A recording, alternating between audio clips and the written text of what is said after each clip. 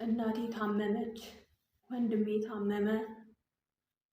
በቃ ማንም ሰው ጉዳት ደረሰበት። ሮጠን የምንደርሰው አረብ ሀገር ያለን እህቶች ነን። በጣም የሚያሳዝነው ግን እህቴ ብዙ ዓመት የለፋሁበትን ቤቴን ካደችን፣ ወይ ደግሞ ያንቺ አይደለም እኔ ብዙ የለፋሁበት ነው ብላ አለችኝ። ለምን እኔ ልገባ ተዘጋጅቼ በቃ ሁሉን ነገር ከጨረስኩ በኋላ ቀኑ ጨለመብን ትላለች እህታችን። ሰላም እግዚአብሔር ይብዛላችሁ ውድና የተከበራችሁ ቤተሰቦች፣ እንዴት ከረማችሁልኝ? እንዴት አላችሁ? እግዚአብሔር ይመስገን እኔ በጣም ደህና ነኝ። አንድ እህቴ እንግዲህ ወደ ሀገር ልትሳፈር ብላ ምን ቤት አለሽ፣ ምን አለሽ ከኔ ምን ቀረሽ ተብላ በእህቷ እንግዲህ ተገፍታለች ማለት ነው። ይሄ ነገር በነገራችን ላይ እህታችን ላይ ብቻ አይደለም፣ በጣም በሶሻል ሚዲያ ላይ የምናየው ነገር ነው እና እባካችሁ ጥንቃቄ አድርጉ። ገንዘባችሁን ያዙ። አሁን ለምሳሌ ቦታ ለመግዛት በምትፈልጉበት ሰዓት ላይ በውክልና ግዙ። ግማሽ ውክልና ወይ ለእህት ወይ ለወንድም። አሁን እኔ ለምሳሌ ወደ 2000 ስንት መሰላችሁ? ወደ 2014 ነው ወደ 2000 በኢትዮጵያ ወደ 2014 ላይ ነው እና ውክልና ሰጥቼ ነበረ። እንደዚህ ያዩላችሁ ውክልና አሁን እዚህ ጋር ይመጣል። የላኩት አለ፣ ኤምባሲ የሚቀርም አለ። በተለይ ፓስፖርት ያላችሁ እህቶች በዚህ እድል መጠቀም ትችላላችሁ ማለት ነው። ውክልና ስትሰጡ እዚህ ጋር እዛ የሚጠይቋችሁ ነገር አለ። ከባንክሽ ላይ ብር እንዲወጣ ትፈልጊያለሽ፣ ትፈቅጂለታለሽ። ምክንያቱም እዚህ ላይ ስለሚጽፈው ማለት ነው። አይ ግማሽ ውክልና ወስዶ ብቻ እንዲገዛልኝ፣ መሸጥ አይችልም፣ መለወጥ አይችልም፣ መግዛት እና እኔ ቤት መስራት ከፈለግኩኝ ቤቱን አስፈጽሞ ሰርቶ እንዲያስረክበኝ ውክልና ያስቀመጥኩት ሰው ማለት ነው። ከዛ በዘለለ ግን መሸጥም መለወጥም አይችልም ማለት ነው። እዚህ ጋር እንግዲህ እንደተጻፈው ያው እንደዚህ አድርገን አሰርተን ጥንቃቄ አድርገን ብንኖር ጥሩ ነው ማለት ነው። ውጪ ያለን እህቶችም ገንዘባችሁን ያዙ። በኋላ መግቢያ እንደሌለን ማወቅ አለብን። የእናት ቤት ጥለኑ ነው የምንሄደው። እኛ የሆነ ነገር ሊኖረን ይገባል። አማክሩ። ኤምባሲ ሄዳችሁ ምን ማድረግ እንዳለባችሁ፣ ገንዘባችንን እንዴት መያዝ እንዳለብን፣ እንዴት ማስቀመጥ እንዳለብን መመካከሩ ጥሩ ነው ማለት ነው።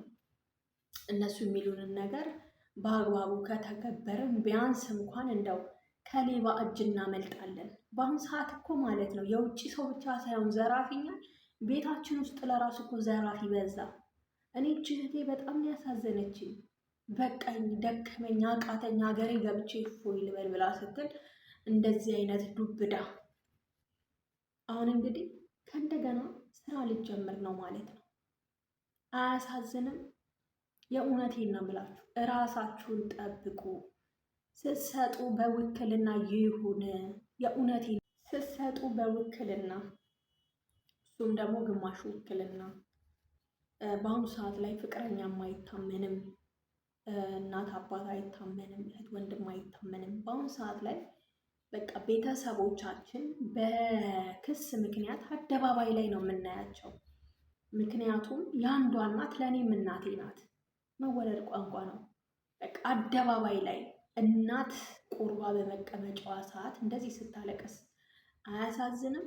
ስለዚህ እንጠንቀቅ ማለት ነው። የዛሬ ሰው እንደ ወጣቱ ለእናትና ለአባቱ ያልተመለሰ እኔ ወጣት ሆኜ ለምሰራው ይመለሳል ማለት ዘበት ነው። ስለዚህ ራሳችሁን ጠብቁ፣ ጤናችሁን ጠብቁ። እያመመን እየሰራን እንኳን እንደዚህ እንዘረፋለን ማለት ነው። እንደዚህ ማለት ነው። ውክልና ይሄ ግዛልኝ ችግር የለውም ባክሽ ሰው ሲለን ደግሞ ማለት ነው። እኔ የእውነቴን ነው የምላችሁ፣ ይቅርታ አድርጉልኝና አንድ ሰው ሲመክረን ወይ አንድ እህት መታ እንደዚህ እኮ ነው እንደዚህ አድርጊ እንደዚህ ቢሆን ተብለን ስንባል መስማት መቻል አለብን። እኛ እንዳናለቅስ ነው። እቺ ልጅ ማለት ነው ብዙ ሰው መክሯታል፣ ብዙ ሰው ብሏታል። ምክንያቱም እህትየዋ ኃይለኛ ነገር ናት። በቃ እንደሚሆንም እንደታውቋል ማለት ነው። መጀመሪያውኑ ሌሎች ጓደኞቿ ያኔ እህቷን ስለሚያውቁ ተይ ብለዋታል። አሁን በቃ ምን የመሰለ ኮንዶሚኒየም አገኘች። ፈልሰስ ነው ማለት ነው። አያቿ በሰው ላብ በሰው ድካም። ስለዚህ ገንዘባችሁን ያዙ። አረብ ሀገር ያለን እህቶች ራሳችንን ልንጠብቅ ይገባል። ብራችሁን ቋጡ።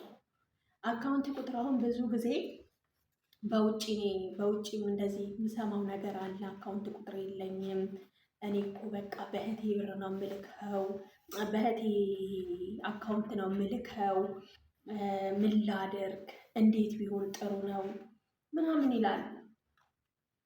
ይሄ ነገር ለራሱ ማማከር።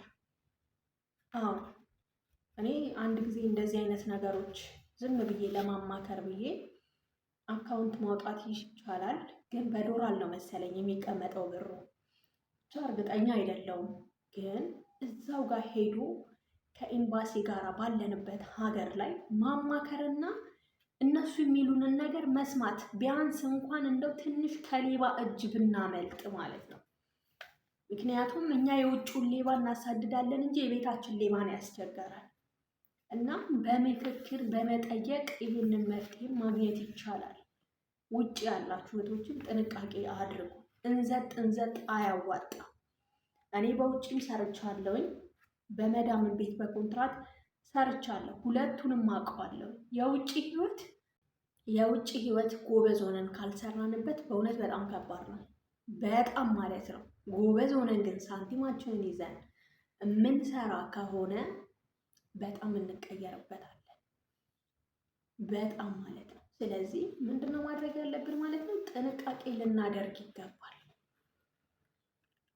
ጥንቃቄ አድርገን በደንብ አስበንበት ዝም ብለን ደግሞ ላገኘነው ሰው አይወራም። አንድ ደህና ጓደኛ ይዛችሁ አማካሪ መመካከር።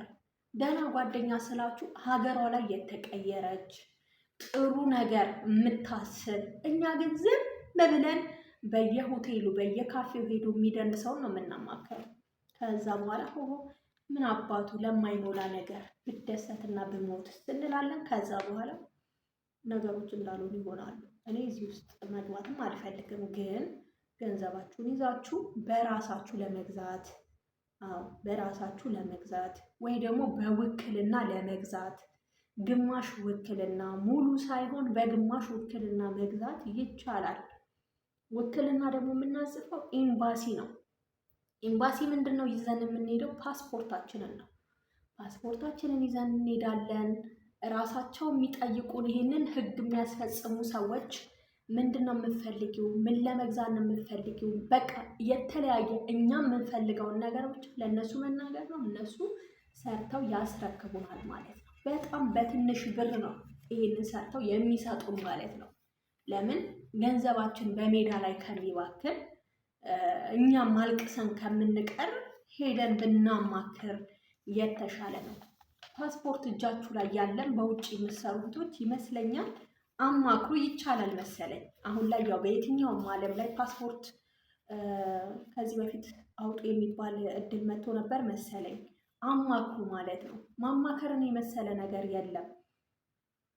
አማክሩና ህጉ በሚላችሁ ኤምባሲዎች በሚያዟችሁ መሰረት ራሳችሁን ቢያንስ እንኳን አድኑ፣ ራሳችሁን ጠብቁ።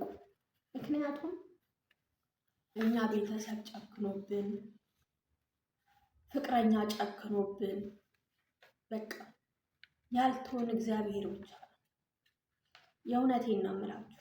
እኛን ያልተወን እግዚአብሔር ብቻ ነው። ለምን ገብቼ እፎይ እላለሁ ብለን ስናስብ እንደዚህ አይነት ችግሮች ሲደርሱብን በእውነት በጣም ነው የሚያሳዝነው። እግዚአብሔርን ነው የምላችሁ፣ እራሳችሁን ጠብቁ። እኛ በቃ ማንም የለንም፣ ስንታመም ማንም አይደርስልንም። በቃ እኛ ነን።